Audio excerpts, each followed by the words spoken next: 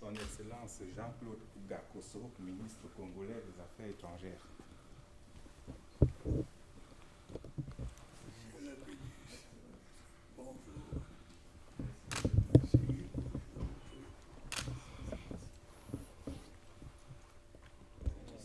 Vraiment, merci infiniment de nous recevoir le week-end. C'est votre frère Denis Sassou Nguesso qui me dépêche auprès de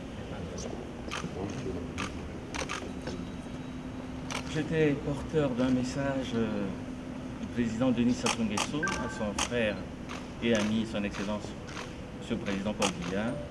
Mais en dehors de ces préoccupations de relations bilatérales, nous avions abordé un sujet particulier qui concerne l'histoire commune, notre histoire commune. L'Afrique célèbre les 60 ans de sa indépendance, la plupart des États, pas tous, la plupart des États, notamment les pays francophones, mais il y a un événement majeur qui a précédé ces indépendances.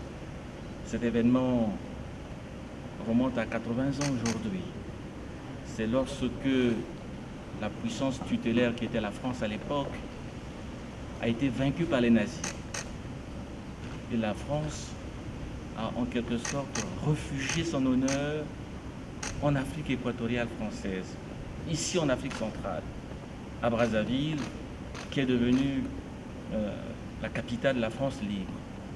Et c'est de Brazzaville que des légions entières vont partir, des légions de Congolais, de Gabonais, de Camerounais, de Centrafricains, de Tchadiens, vont partir avec le général de Gaulle, le général Leclerc et d'autres généraux pour prendre part aux grandes batailles de la Seconde Guerre mondiale.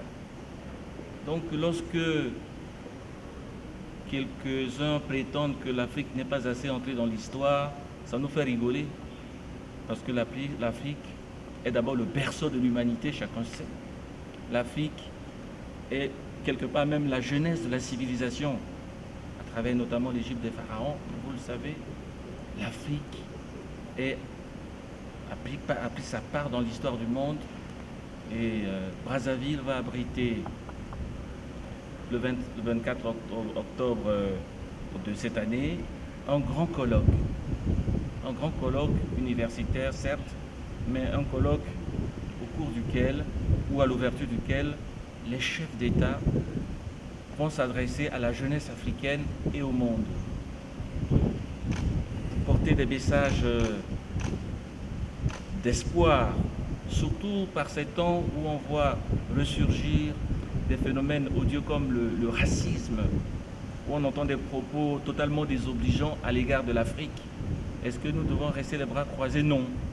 Nous n'acceptons plus la domination, nous n'acceptons plus l'humiliation, et nos chefs d'État vont porter cette parole forte devant le monde, devant l'Afrique, devant notre jeunesse. Donc l'entretien a porté principalement autour de cette problématique du soixantenaire des indépendances, mais aussi des 80 ans de ce que l'Afrique centrale était finalement le refuge de l'honneur de la France, qui avait été souillé par la défaite de 1940. Donc nous sommes là en plein dans l'histoire du monde. Hein. Voilà. Pourrions-nous savoir, Excellence, si une invitation a été adressée dans ce sens au président camerounais? Nous avons apporté une invitation, précisément une invitation à son Excellence, qu'il a reçue avec honneur et plaisir. Et nous espérons, vous savez, les chefs d'État ont des agendas très compliqués, mais nous espérons vivement que son Excellence sera là à Brazzaville, parce que sa parole est très attendue. C'est un grand patriarche, la mémoire de notre sous-région, et son message est très, très attendu à cette occasion-là.